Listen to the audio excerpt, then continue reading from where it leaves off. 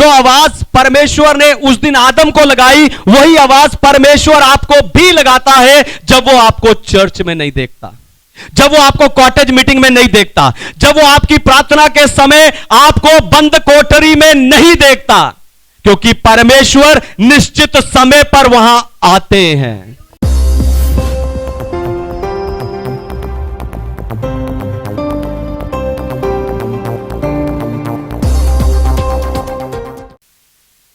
Hallelujah.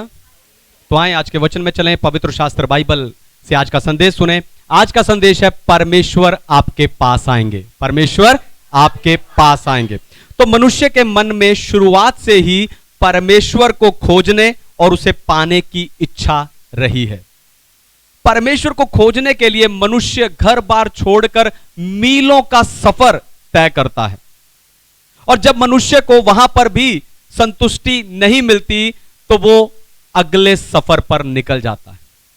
सोचकर देखो, एक तरफ मनुष्य परमेश्वर को ढूंढ रहा है और दूसरी तरफ बाइबल कहती है कि दिन के ठंडे समय यहोवा परमेश्वर अदन की वाटिका में आदम से मिलने आते थे। पिछले हफ्ते प्रार्थना में मैं परमेश्वर से यही पूछ रहा था कि परमेश्वर अदन की वाटिका में ऐसा क्या है, ऐसा क्या था जो आपको वहां जाने के लिए मजबूर करता था। परमेश्वर ने मुझे कुछ बातें बताई और उन्हीं अदन की वाटिका की उसी कुछ भेद की बातों को बताकर मैं आज आपको उत्साहित करूंगा। लेकिन उससे पहले मैं चाहता हूं कि दुनिया भर से जितने विश्वासी स्पिरिचुअल पैशन असेंबली यानी आत्मिक उत्साह की सभा के संदेश को सुनते हैं, हम जोरदार तालियों से उनका स्वागत करें।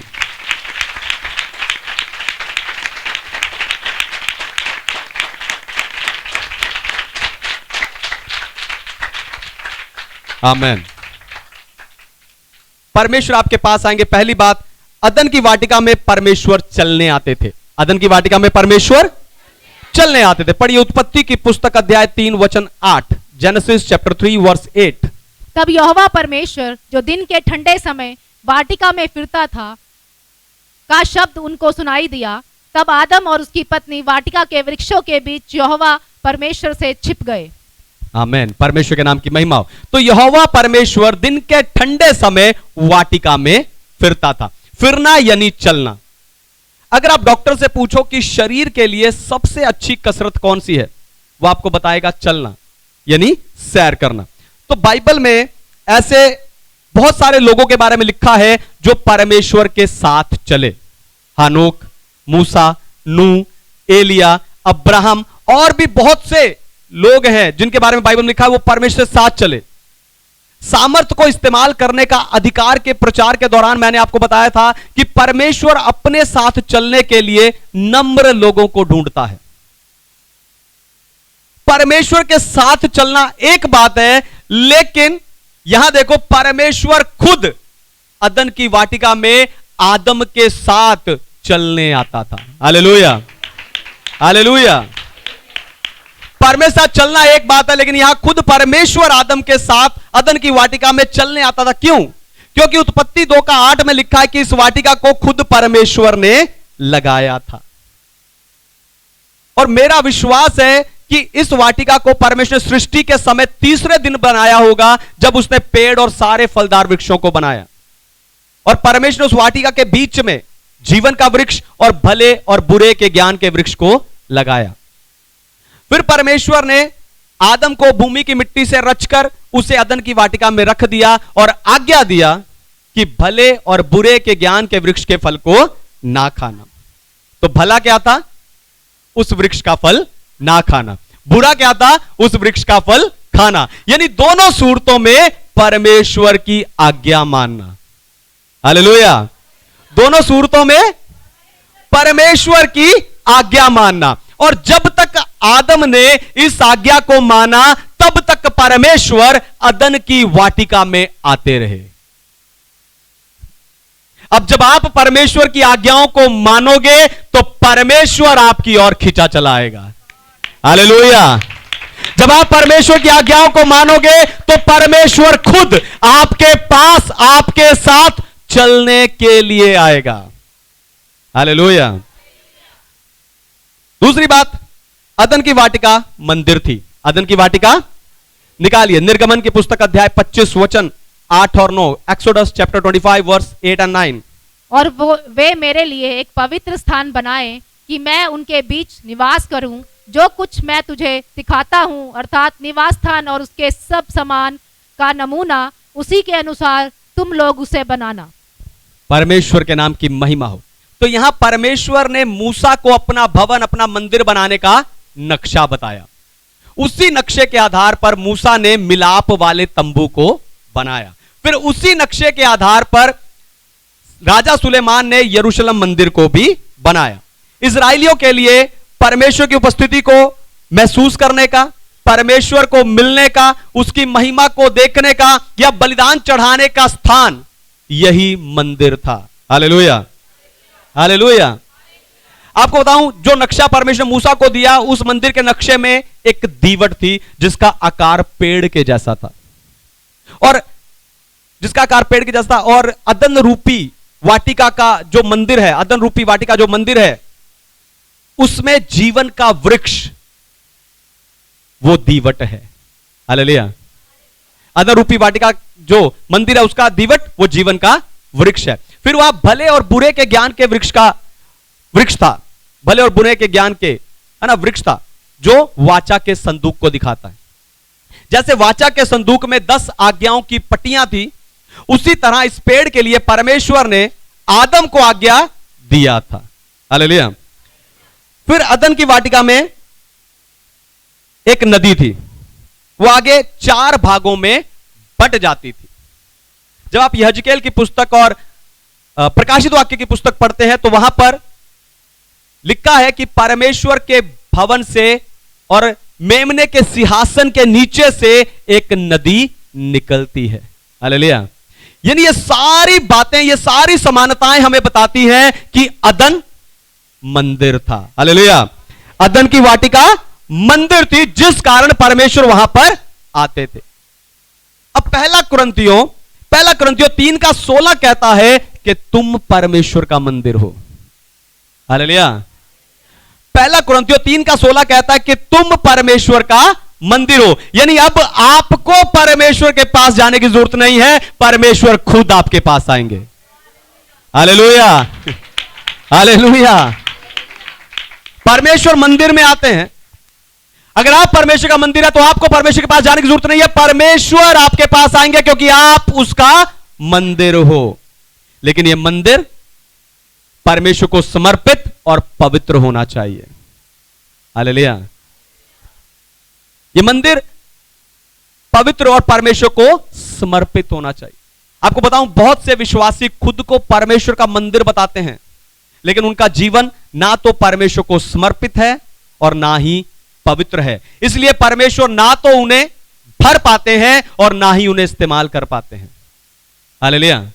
अगर आप चाहते हो कि परमेश्वर इस मंदिर में आए, आपके साथ मिले, आपके साथ घूमे, आपके साथ बात करे, तो इस मंदिर को परमेश्वर समर्पित करना होगा और परमेश्वर के लिए पवित्र करना होगा। हालेलुया। तीसरी बात, आदम अदन की वाटिका का याजक था। आदम अदन की वाटिका का याजक था। पढ़िए उत्पत्ति की पुस्तक अध्याय 2 वचन 15, जेनेसिस चैप्टर 2 वर्स 15। तब यहोवा परमेश्वर ने आदम को लेकर अदन की वाटिका में रख दिया और कि वह उसमें काम करे और उसकी रक्षा करे। आमीन। परमेश्वर के नाम की महिमा हो। तो अगर अदन मंदिर था तो आदम उस मंदिर का याजक था। आपको बताऊं, काम और रक्षा करना पुराने नियम में जहां भी एक साथ आया, ध्यान से सुनिए, काम और रक्षा करना पुराने नियम में जहां भी एक साथ आया है, मूल भाषा में वो इजरायलियों को सेवा करने और परमेश्वर का वचन पालन करने के लिए लिखा गया। और यही आज्ञा आदम को मिली। हालेलुया। वही आज्ञा बिल्कुल आदम को भी मिली है। जैसे मंदिर की सेवा करने वाले याजक संसार से अलग जीवन जीते थे, या यूं कह लो कि ज्यादातर परमेश्वर के मंदिर में या परमेश्वर की उपस्थिति में रहते थे, उसी प्रकार आदम भी अदन की वाटिका रूपी मंदिर में परमेश्वर साथ अलग जीवन बिताता था। वो अकेला वहां रहता था। Hallelujah, hallelujah. आपको बताऊं, आदम और हव्वा के समय में सब लोग अपना अपना बलिदान खुद चढ़ाते थे।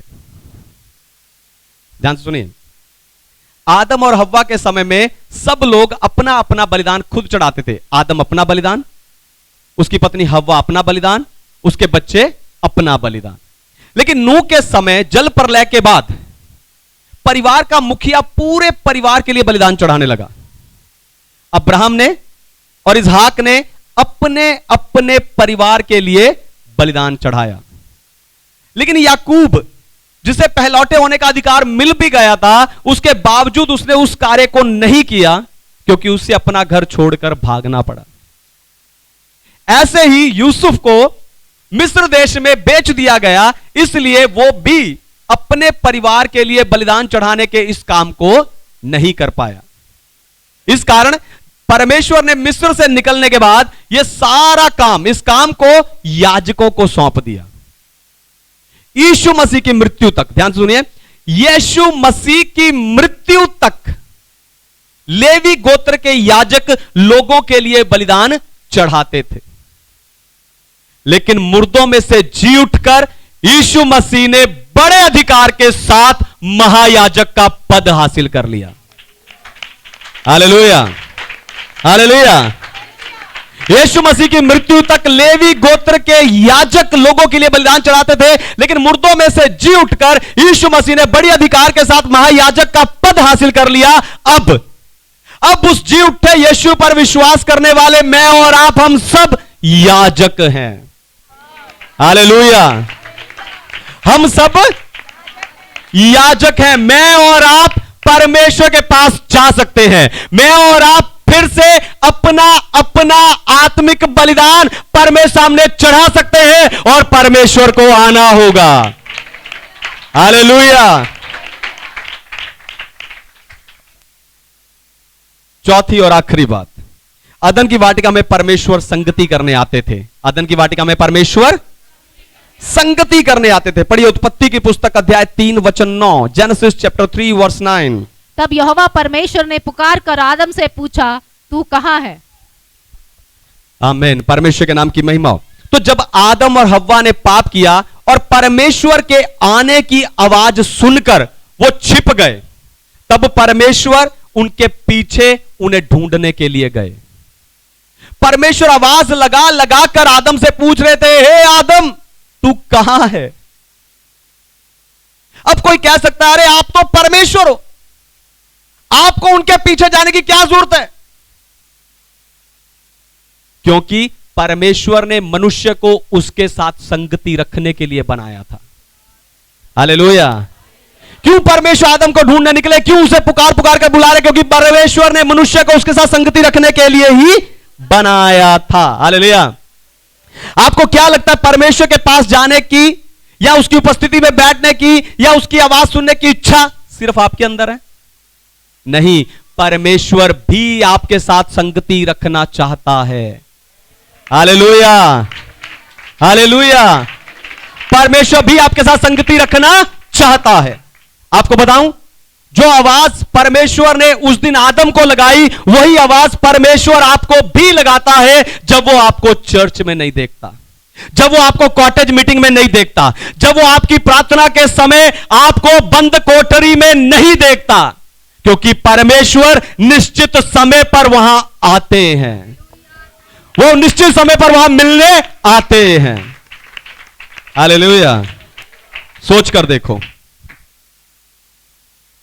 सोच कर देखो, जब परमेश्वर आपसे मिलने आते हैं और आप उन्हें वहां रोज मिलें तो क्या होगा?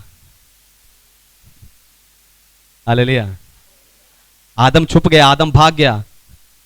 सोच कर देखो, परमेश्वर रोज आपसे मिलने आते हैं चर्च में, कॉटेज मीटिंग में और आपके प्रार्थना के समय बंद कोठरी में। जब परमेश्वर आपको मिलने आते, आप रोज उसे वहां मिलो तो क्या होगा? जब मूसा ने पहाड़ पर परमेश्वर की उपस्थिति में 40 दिन रात बिताए, तो परमेश्वर ने उसे उस पीढ़ी के लिए और आने वाली पीढ़ियों के लिए 10 आज्ञाएं दी। हालेलुया। आपको बताऊं, अगर आदम उस दिन वहां परमेश्वर को मिल जाता या वो पाप करके ना छिपता, तो ये आज्ञाएं आज हमें मूसा के द्वारा नहीं, आदम के द्वारा मिली होती। Hallelujah, hallelujah. ये आज्ञा हमें आदम के द्वारा मिली होती।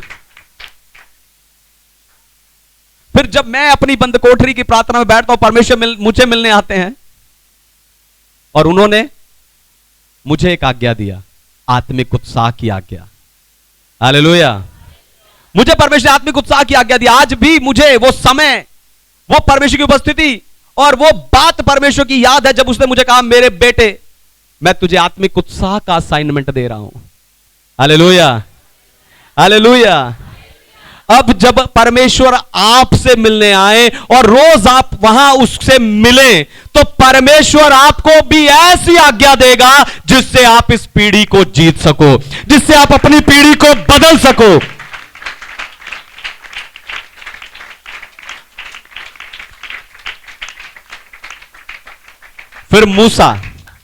फिर मूसा जब पहाड़ी से नीचे उतरा तो उसका चेहरा चमक रहा था।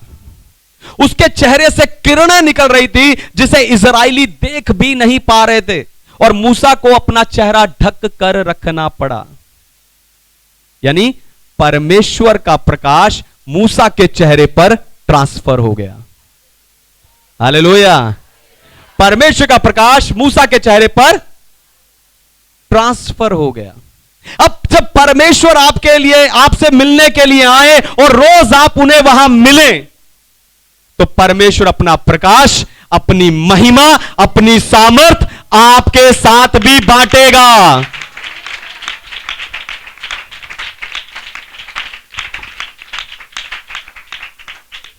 ऐसे यीशु मसीह के स्वर्ग जाने के बाद जब चेले 10 दिन लगातार परमेश्वर की उपस्थिति में बैठे रहे, तो वो सब पवित्र आत्मा से भर गए।